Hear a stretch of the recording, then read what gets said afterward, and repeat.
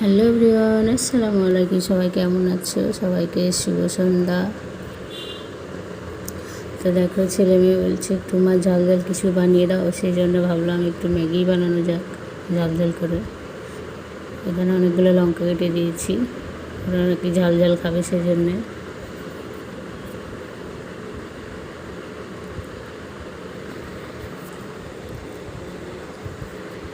এখানে আমার ম্যাগি বানানো কমপ্লিট।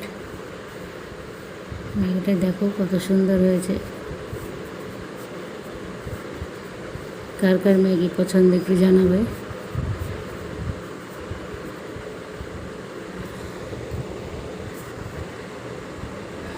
আর আমাদের এখানে তো প্রচণ্ড গরম।